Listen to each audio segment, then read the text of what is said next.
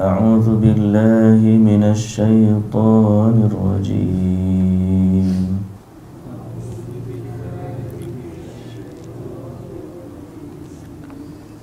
بسم الله الرحمن الرحيم.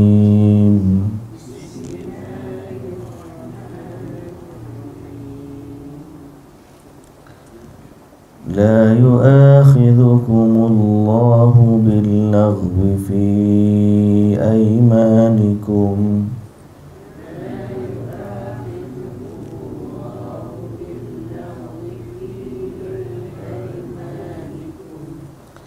ولكن يؤاخذكم بما كسبت قلوبكم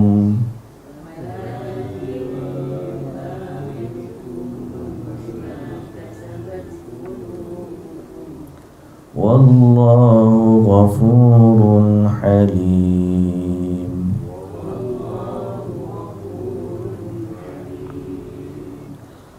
للذين يؤلون من نسائهم تربص 4 أشهر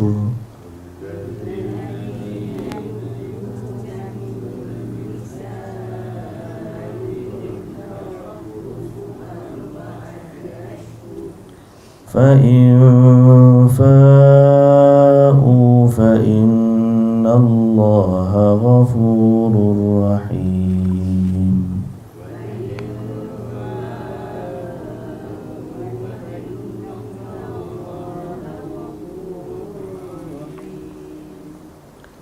وإن عزموا الطلاق فإن الله سميع عليم.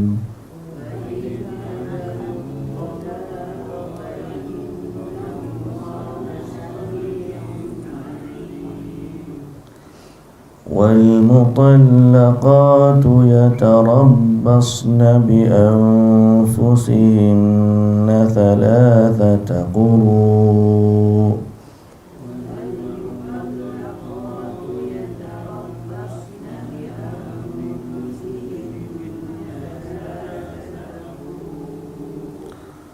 ولا يحل لهن أن يكتمن ما خلق الله في أرحامهن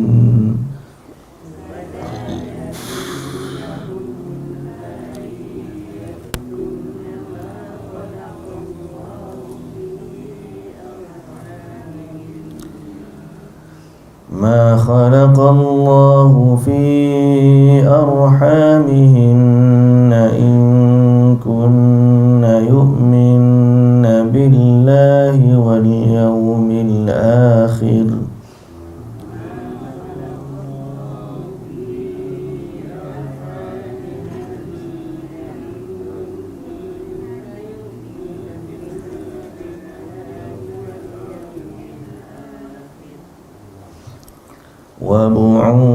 وبعولتهن أحق بردهن في ذلك إن أرادوا إصلاحا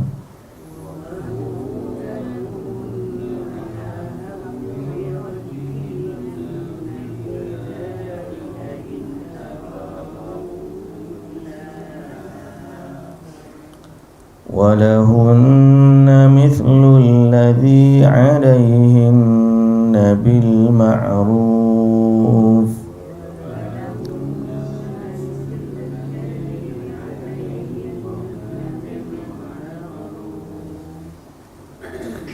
وللرجال عليهن درجة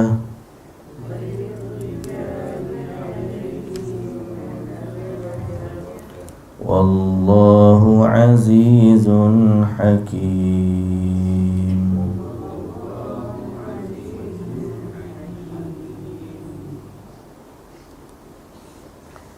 Bismillahirrahmanirrahim. Alhamdulillah wassalatu wassalamu ala Rasulillah wa ala alihi wa sahbihi ajma'in. Amma ba'du. Syukur pada Allah Subhanahu wa taala sekali lagi dan senantiasa dengan kesyukuran yang tidak putus-putus kepada Allah di atas segala nikmatnya yang juga tidak putus-putus. Semoga Allah Subhanahu wa ta'ala menjadikan kita dari hamba yang bersyukur.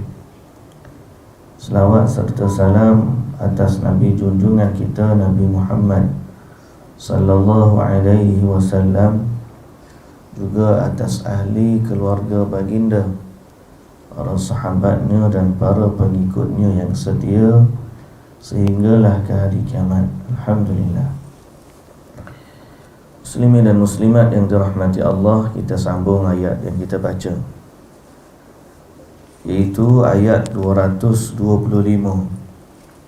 Sebenarnya 225 ni ada kaitanlah dengan 224, iaitu semalam cerita bab sumpah.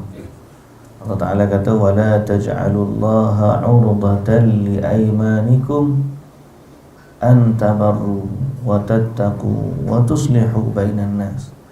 Janganlah dengan sebab sumpah kamu tu menghalang kamu daripada buat baik, bertakwa, dan kamu berbuat islah kepada manusia.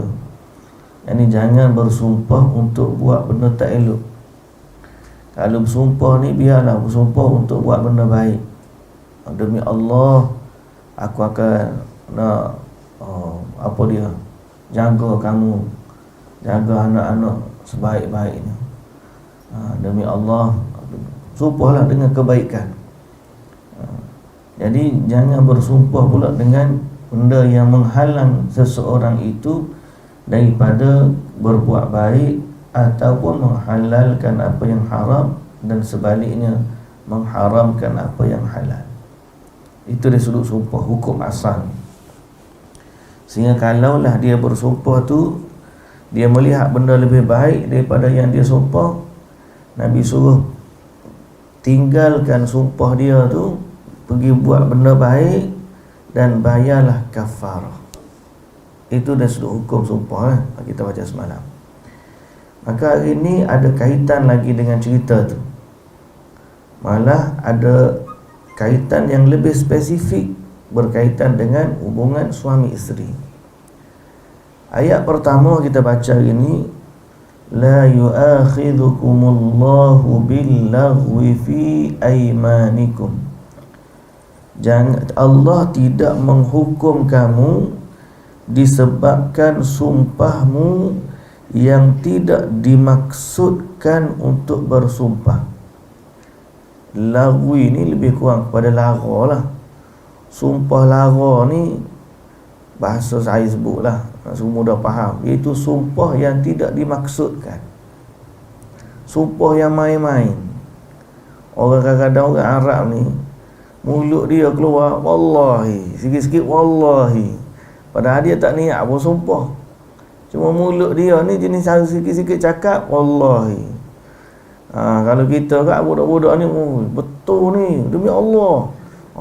Padahal ayat dia je nak suruh nampak macam kuat ayat dia, tapi bukanlah bermaksud sumpah betul. Jadi sumpah-sumpah macam ni, Allah Subhanahu wa ta'ala kata dia tidak kira sumpah macam ni. La yu'akhidhukumullahu billaghwi fi aymanikum. Tidak Allah tidak menghukum kamu disebabkan sumpahmu yang tidak dimaksudkan untuk bersumpah. Bahkan orang Arab dulu disebut dalam hadis dari Abi Hurairah radhiyallahu anhu, Rasulullah sallallahu alaihi wasallam juga melarang perkataan sumpah yang tidak satu dia tidak maksudkan, tapi tidak disebut nama Allah Subhanahu wa ta'ala. Seperti contoh kata hadis dari Abi Hurairah radhiyallahu anhu, Rasulullah sallallahu alaihi wasallam bersabda, man halafa faqala fi halifihi billata wal uzza falyaqul la ilaha illallah. Siapa yang bersumpah dengan menyebut demi Lata dan Uzza, maka hendaklah dia mengucap balik la ilaha illallah. Dalam ayat ni, dalam hadis ni menunjukkan sifat tabiat orang dulu. Mereka ni ayat mereka bersumpah menyebut Al-Lata wal Uzza, ya? Dan perkara ini termasuk dalam bersumpah selain dari Allah, hukumnya syirik. Hukumnya syirik. Kalau dia bersumpah dengan sebut saja-saja, syirik kecil. Tapi kalau dia bersumpah dengan keyakinan dia bahawa yang orang disumpahkan itu memang besar, kekuasaannya menyaingi Allah Ta'ala, maka boleh jadi sampai kepada syirik besar. Baik, jadi dua isu yang kita boleh sebut. Pertama, bersumpah dengan nama selain Allah itu tidak boleh.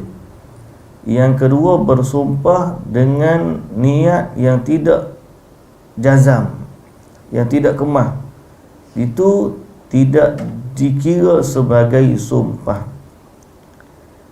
Okay? Sumpah yang tidak dikira. Termasuklah juga kalau mengikut riwayat Ibnu Abi Hatim dari Ibnu Abbas radhiyallahu anhuma, seorang yang bersumpah dalam keadaan dia marah, tak sedar, dia bersumpah dengannya.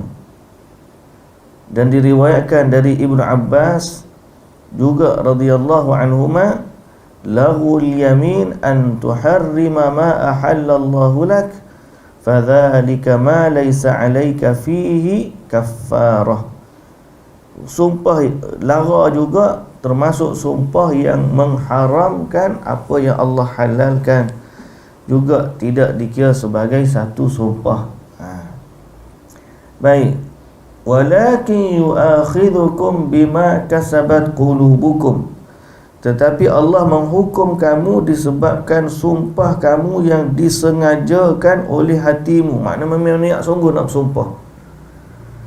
Kalau tiba-tiba hari ni kita ada dua isu kita kata tadi. Pertama, sumpah ni kena sebut nama Allah. Siapa yang bersumpah tidak sebut nama Allah selain dari Allah, maka dia boleh jatuh kepada hukum syirik. Bersumpah, hukum bersumpah dengan selain Allah ni, kalau dengan lisan dia saja, dia termasuk syirik kecil. Tapi kalau dengan iktiqad dia, orang yang disumpahkan itu memang berkuasa setanding dengan Allah, ataupun dia mencintai yang orang disumpahkan tu itu melebihi cintanya kepada Allah, boleh jadi syirik besar. Contoh, bila kita kata sumpah, kalau bahasa kita demi Allah, kita kata demi Allah tu makna sumpah lah, betul tak? Wallahi wabillahi watallahi itu maksud ataupun ayat-ayat qasam dalam bahasa Arab. Waw dipanggil wawul qasam, ta'ul qasam, ba'ul qasam, wallahi wabillahi watallahi. Nak sebutnya semua wa bi ta tu adalah sumpah, menunjukkan sumpah. Bahasa kita kalau dia sebut demi Allah saya tidak berdusta, dia tak perlu sebut pun wa billahi wallahi watallahi wa.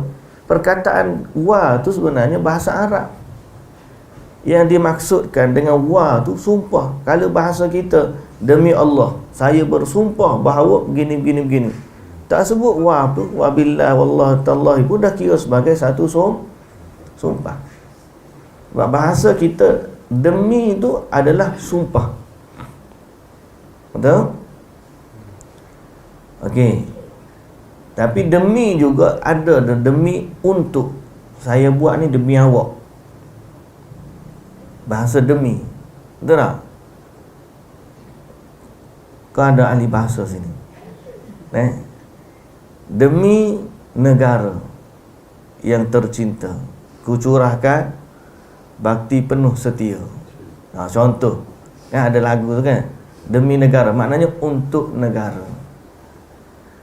demi Malaysia, kita kata itu untuk Malaysia, saya buat ni untuk Malaysia. Tapi kalau dia sebut demi Malaysia, saya akan buat sebaik-baiknya, ayat tu dia niatkan demi bermaksud sumpah, macam demi Allah, itu tak boleh lah. Itu tak boleh lah. Sebab sumpah ni hanya kepada Allah, dia bentuk ibadat. Jadi demi Allah bersumpah, orang tu kata demi Allah begini. Kalau dia bersumpah dengan nama selain Allah, dia boleh jadi syirik. Kemudian kalau dia sebut demi itu, bahasa dia saja macam saya sebut tadi, dia sebut demi tapi dia tak niat sumpah. Keluarlah demi Malaysia, demi, tapi ayat tu keluar dalam maksud dia buat ni untuk. Itu tidak dikira sebagai sumpah, mudah-mudahan. Yang kedua, isu kedua ialah bersumpah dengan sesuatu yang dilarang dalam agama, ataupun bersumpah sesuatu menghalalkan apa yang haram. Ini juga tidak dikira oleh Allah Subhanahu wa ta'ala dan kena tinggalkan dia. Orang tu bersumpah dia akan duduk tengah panah, nak puasa, tak makan tak minum, duduk tengah panah. Nabi SAW kata, suruh dia duduk di bawah teduh, sambunglah puasa dia, kan? Jadi ini dua bentuk. Tapi kalau dia bersumpah betul-betul, Allah kira, dan apabila dia bersumpah, dia telah melazimkan dirinya dengan sesuatu yang sebelumnya tidak wajib. Kalau dia kata demi Allah aku akan buat macam ni, maka setelah dia bersumpah dengannya, wajiblah baginya melaksanakan sumpah dia. Kalau dia tidak laksana sumpah dia, maka dia kena bayar kafarah. Baik, itu mukaddimah dia, mukaddimah baru hari ni. Ada lagi yang lebih spesifik ni, ayat yang ke-226. So, dua ayat mari dengan hari ni cerita bab sumpah. Tapi ayat yang lebih spesifik, oleh kerana saya dah sebut semalam, ayat-ayat yang kita baca sejak daripada 221 ni, jangan nikah dengan orang musyrikin perempuan, dan jangan dikahwinkan anak-anak kamu dengan lelaki musyrik. Setelah daripada ayat tu cerita bab hukum nikah kahwin. Jadi sumpah yang Allah Ta'ala sebut ni, mukaddimah dua ayat ni, itu hukum umum. Dua ayat kita baca. Ayat seterusnya ni hukum sumpah yang khusus. Dia panggil lilladzina yu'luna min nisaihim, kepada orang yang mengila isterinya. Apa terjemahan dalam buku kita, tafsir kita? Ila ke? Kita tengok. Cuba baca seorang terjemahan dia. Ayat 226. Cuba baca. Pada orang yang bersumpah tidak akan mencampuri isteri-isteri mereka, diberikan tempoh 4 bulan. Setelah itu jika mereka kembali mencampurinya, maka sesungguhnya Allah Maha Pengampun lagi Maha Mengasihani. Itu detail sikit terjemahan dia. Tu terjemahan mana tu? Yang Ustaz bagi dulu. Oh, Madinah tu. Tu detail. Alhamdulillah. Hak ni yang hak Malaysia punya, hak cikgu. Cuba baca cikgu. 226. Bagi mereka yang bersumpah untuk tidak menyetujui isteri masing-masing untuk tempoh melebihi 4 bulan, berikan tempoh selama 4 bulan bermula dari waktu dilafazkan sumpah itu untuk kembali menyetujui. Kemudian jika mereka kembali kepada isterinya, maka sesungguhnya Allah Maha Pengampun lagi Maha Penyayang. Ataupun terjemah dia detail dia seluruh hukum huraian dia. Yang saya ni ditulis kepada orang-orang yang mengila isterinya. Itu yang dia terjemah. Dia sebenarnya hukum ni dia panggil hukum ila. Allah Ta'ala sebut lilladzina yu'luna. Yu'luna, bahasa Arab perkataan dia daripada al-ila. Al-ila, hukum ila. Siapa pernah dengar hukum ni? Hukum ila. Tak pernah dengar. Nama dia hukum ila. Dalam kaedah fiqh dia panggil al-ila'. Kalau bahasa Malaysia tak ada lah, panggil ila' jugalah. Saya tak tahu di mahkamah sebut, hukum mahkamah syariah dia guna istilah apa untuk ila' ni. Cuba kita tengok dalam ni apa perkataan dia al-ila' ni.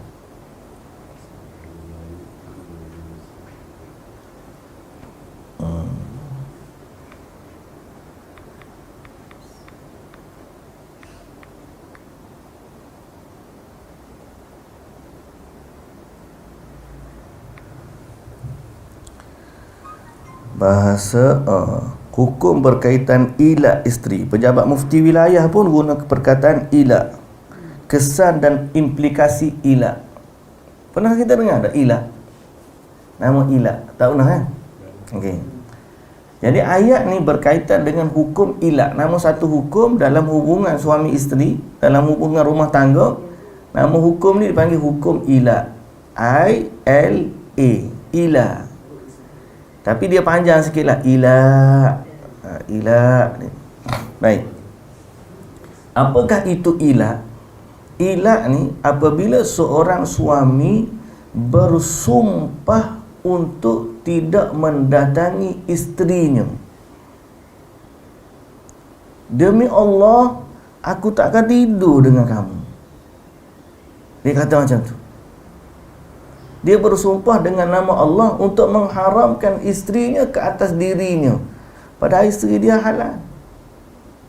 Okay. Kemudian sumpah tersebut juga telah memberikan mudarat kepada si isteri.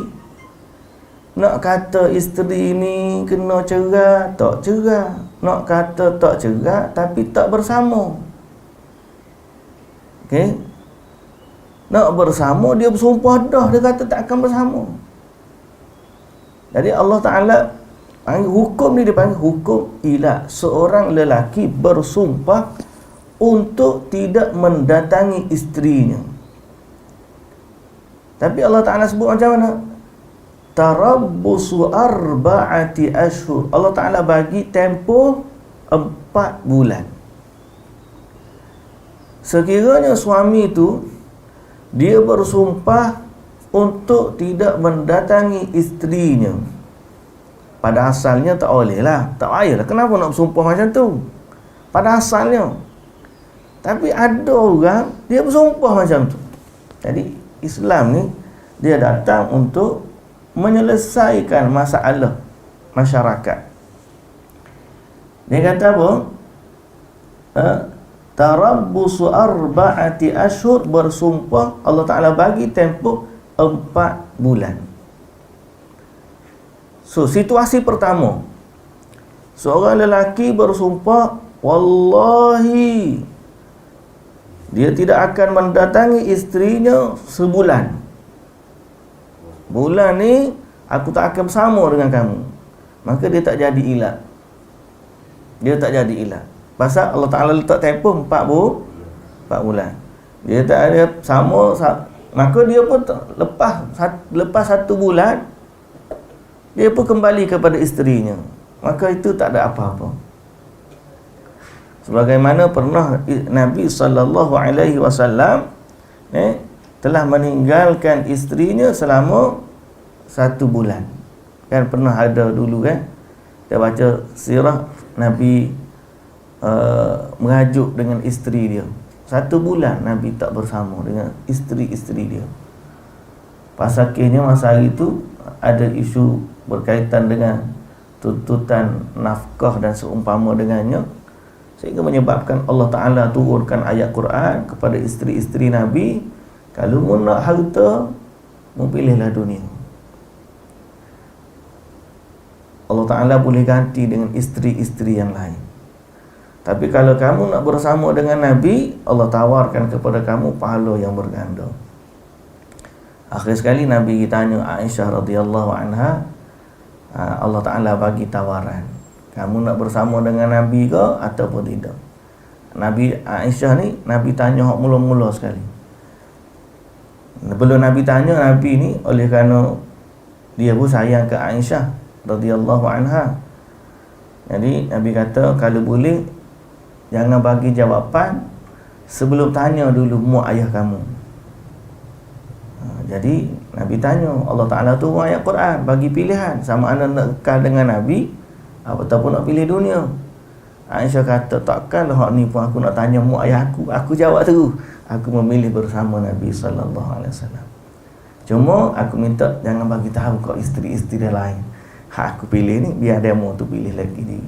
Itu Aisyah radhiyallahu anha. Tapi pernah berlaku pada Nabi tidak bersama isteri sebulan.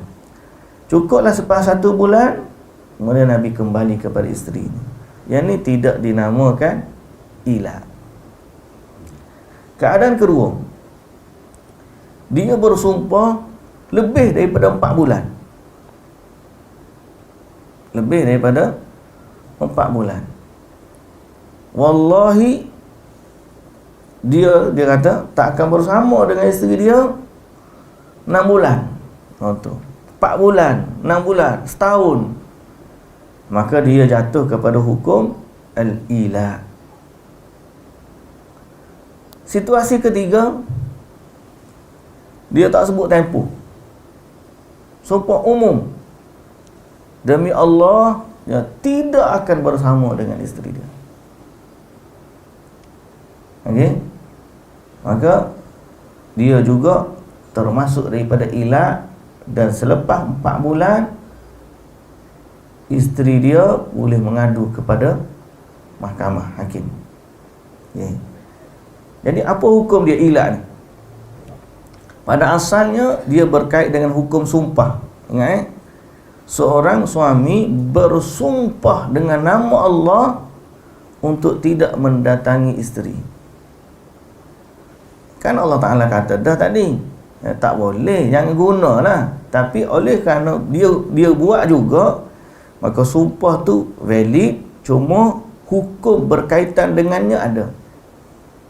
Dia bukan sumpah main-main. Dia memang sumpah betul-betul. Dia bersumpah wallahi dia tidak akan bersama dengan isteri dia sebulan. Bulan tak apa, dia kena jaga sumpah tu. Habis bulan kembali.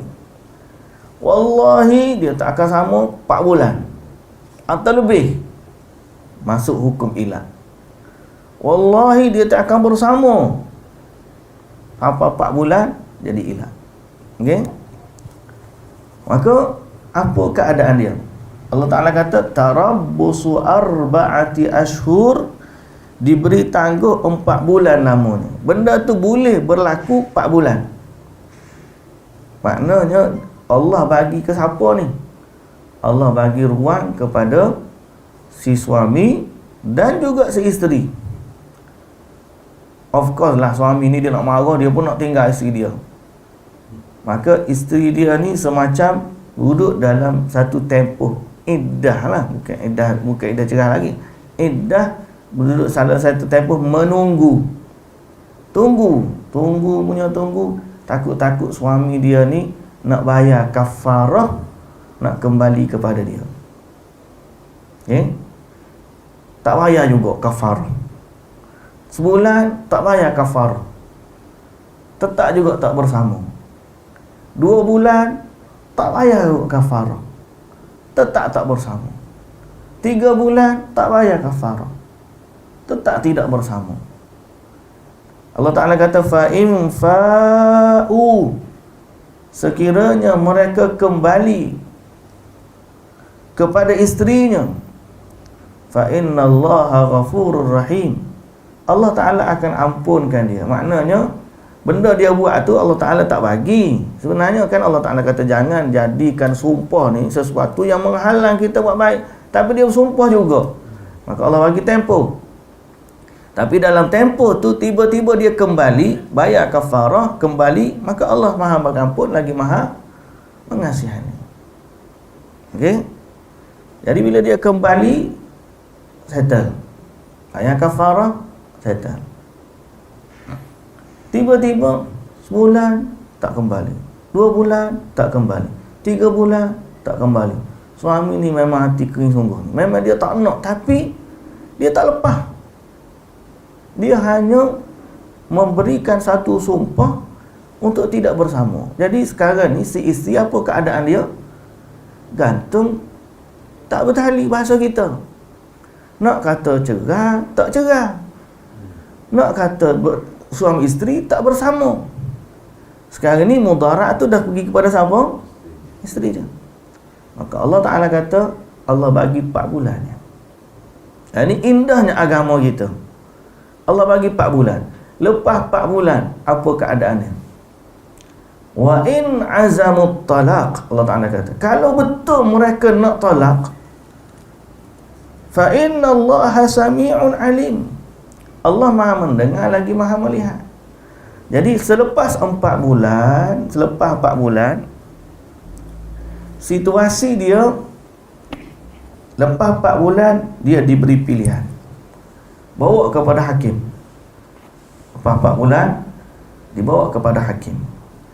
Masa tu dengan kuasa hakim, hakim makin tanya dia, sekarang ni kamu dah tinggal isteri kamu selama 4 bulan. Dengan ilak kamu ni, kamu tinggalkan selama 4 bulan. Nak cerah kau? Nak klik baik? Nak patah balik? Nak kembali? Nak cerai ke nak kembali? Hakim akan tanya, fa'in azamuk talaq, kalau dia nak cerai, maka dia ceraikan isteri dia. Kalau dia nak patah balik, maka hakim akan suruh dia kembali kepada isterinya, bayar kafarah dia.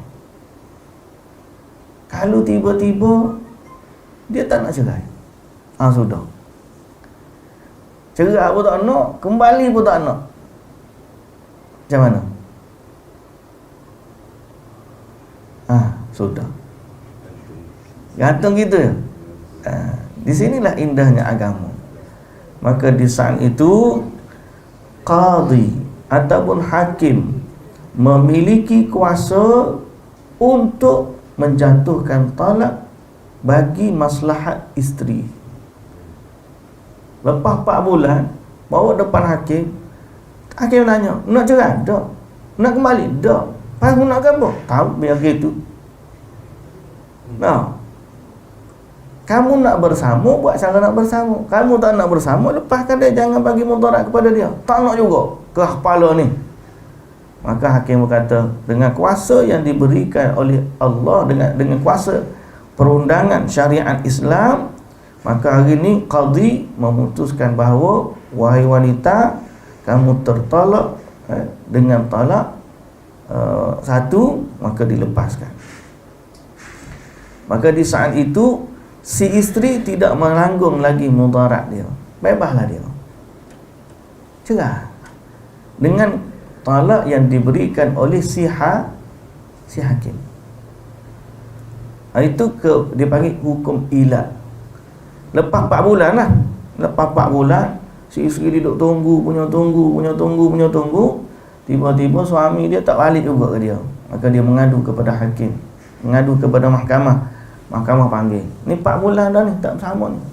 Kalau 3 bulan tak jadi ilat lagi.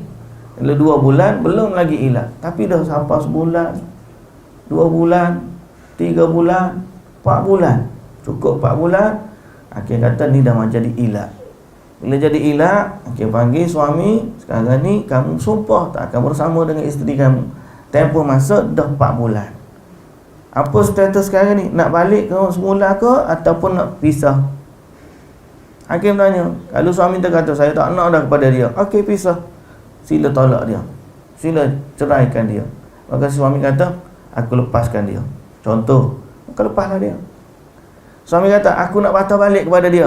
Cukup dah, saya pun 4 bulan, tak apalah. Aku redalah dengan apa yang berlaku sebelum daripada ni. Puas hati tengok muka anak kau, tengok muka mak ayah kau, tengok akhir sekali jadi lembut hati balik. Tak apalah, patah baliklah, bayar kafarah bersama dengan isteri balik. Jadi suami isteri semula. 2 pilihan depan suami. Suami tak buat pilihan, hakim ada kuasa untuk buat keputusan. Manakan kuasa hakim, hakim jatuhkan hukum talak pada si isteri, maka isteri ini tidaklah tergantung tanpa tali. Ini bagi hukum ilah. Indahnya agama kan, menjaga hak. Itu isteri-isteri dia menjaga hak. Asal memang tak boleh, Allah Ta'ala tak bagi pun. Allah Ta'ala kata, jangan jadikan sumpah benda yang mengharamkan ayat Allah. Tapi tiba-tiba dia pergi sumpah juga. Bila dalam keadaan kes ni, maka ada jalan keluar daripada agama. Kalau tiba-tiba berlaku juga macam ni, jalan keluar dia 4 bulan ya Allah Ta'ala bagi tengok. Kafarah sumpah macam zihar tu. Apa dah kafarah sumpah tu tengok tak? Ada dalam Quran.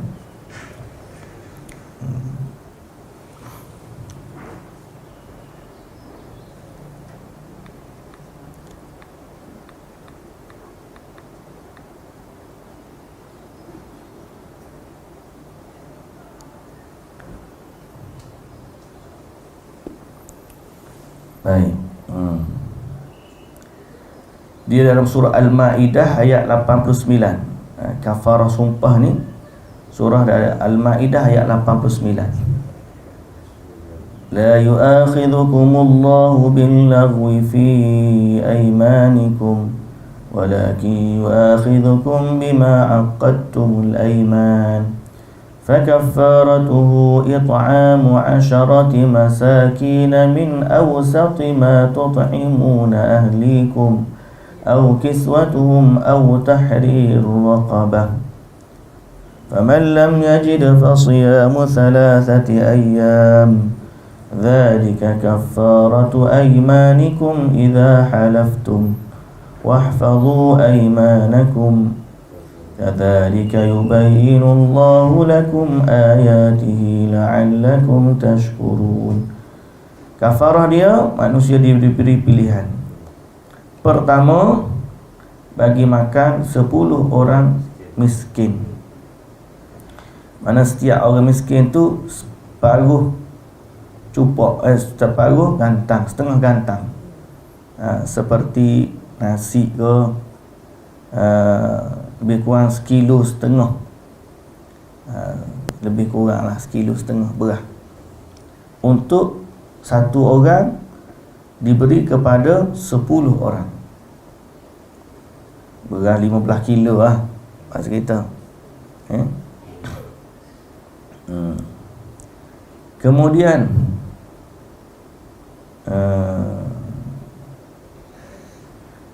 ataupun kalau dia panggil 10 orang fakir miskin, dia pergi belanja makan,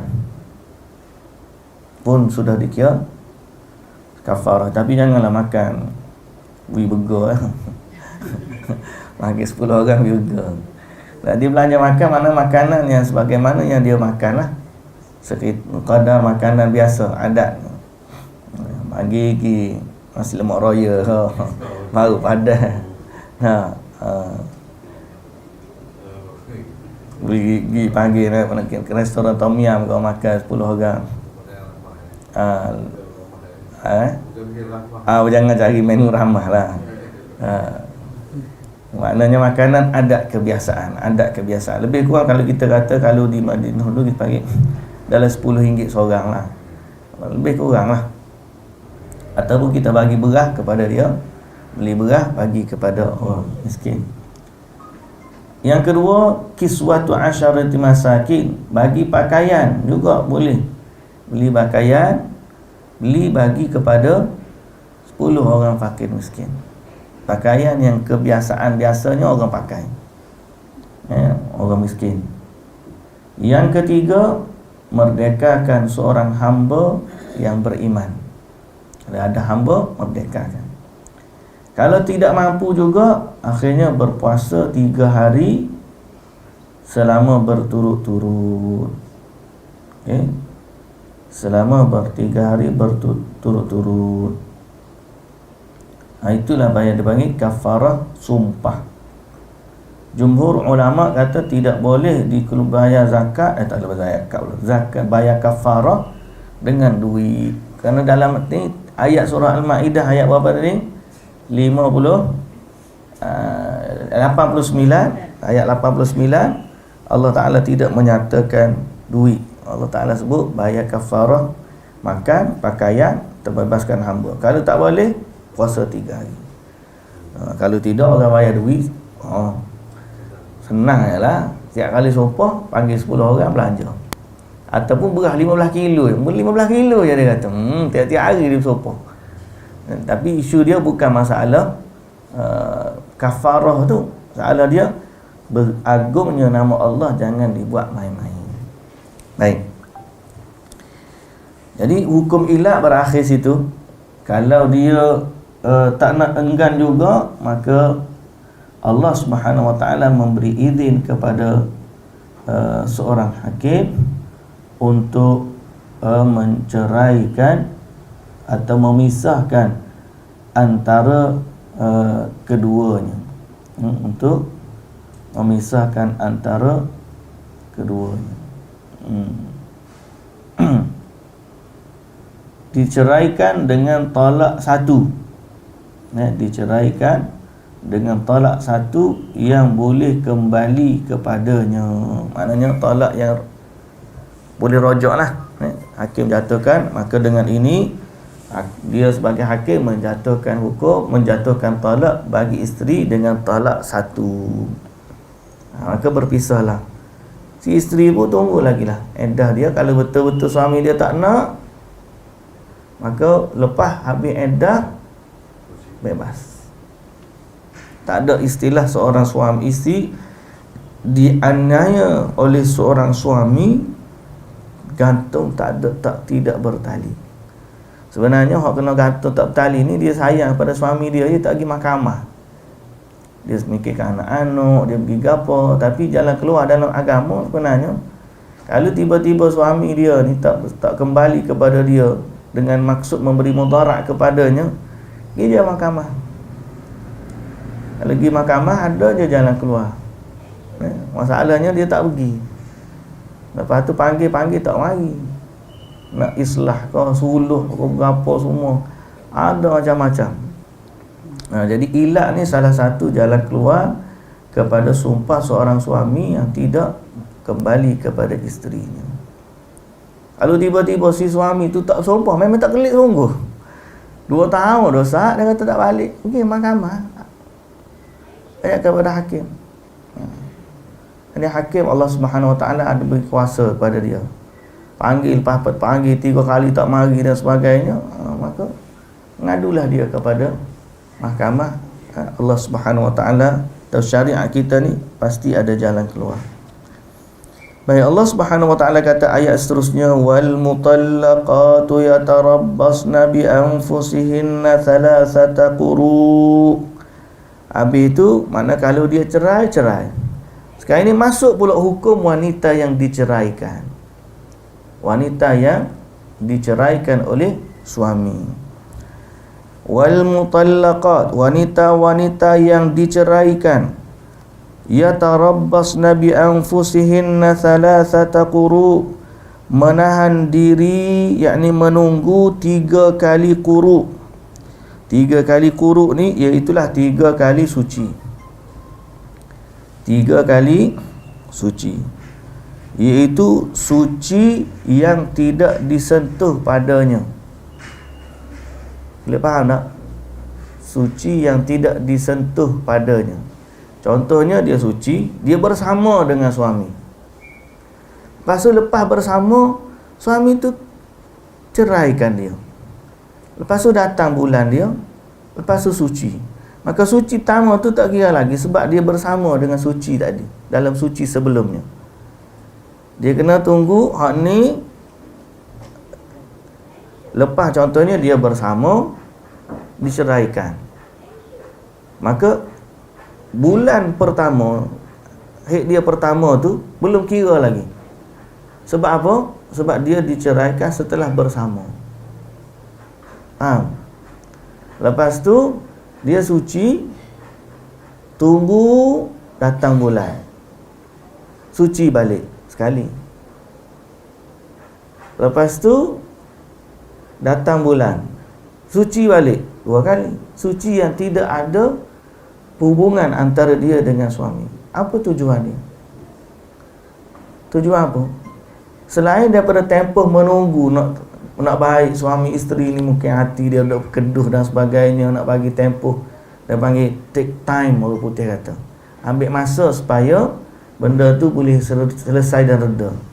Tapi isu yang lebih besar lagi iaitulah hubungan dia dengan suami lama sebelum daripada diceraikan tu, kemungkinan ada benih yang lekat.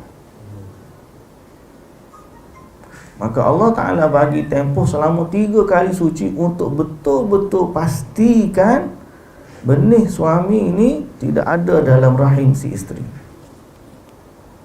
Allah bagi tempoh tu. Sebab tu kalau tiba-tiba ada lekat benih dia, wanita tu masih lagi dalam jagaan suami sampailah dia lahir. Kerana apa? Tujuan maksud syariat adalah menjaga keturunan. Kan kita kata Islam ni ada 5 keutamaan, daruriyatul khamsah. Termasuklah daripada 5 ni menjaga keturunan. Menjaga keturunan ni lah antara hukum, sebab Allah Ta'ala suruh tunggu selama 3 kali suci.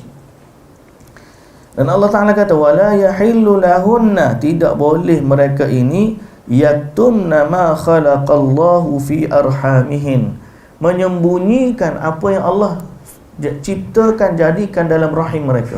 Kalau tiba-tiba dia mengandung, dia kena bagi tahu pada suami dia mengandung. Tak boleh dia dah benci dah ketuk laki dia ni. Dia kalau tidak 3 kali suci, dia pun tak bagi tahu dia mengandung. Suami tanya macam mana? Dia kata suci lah sekali. Lepas 3 bulan dia pun kata pada suami dia, habis dah iddah, kita pisah. Padahal dalam rahim dia ada anak suami. Allah Ta'ala kata tidak halal seorang wanita menyembunyikan apa yang ada dalam rahim dia. Haram kalau perbuatan itu adalah haram. Dia tak boleh sembunyikan. Wa bu'ulatuhun in kunna yu'minna billahi wal yawmil akhir. Kalau betul-betul dia beriman kepada Allah dan hari akhirat. Wa bu'ulatuhunna, dan suami dia, bu'ulatuhunna suami dia, ahaqqu biraddihinna, lebih berhak dengan rujuk. In aradu islaha, sekiranya mereka nak klik baik, nak kembali baik. Klik baik pula dah. Macam clickbait dia bunyi. Mereka nak kembali baik. Jadi suami lebih berhak. Suami dia lebih berhak.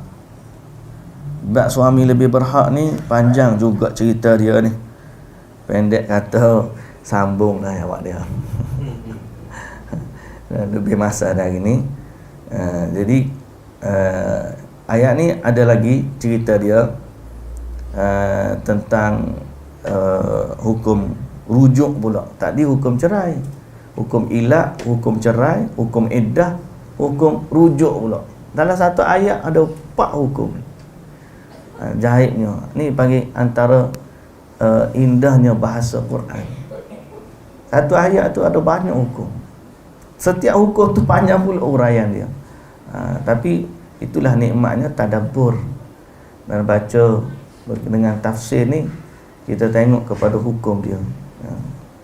Semoga Allah Ta'ala memberikan kepada kita kefahaman dalam agama dan kefahaman berkaitan dengan Al-Quran. Wallahu ta'ala a'lam. Subhanakallahumma wa bihamdika, asyhadu an la ilaha illa anta, astaghfiruka wa atubu ilaik.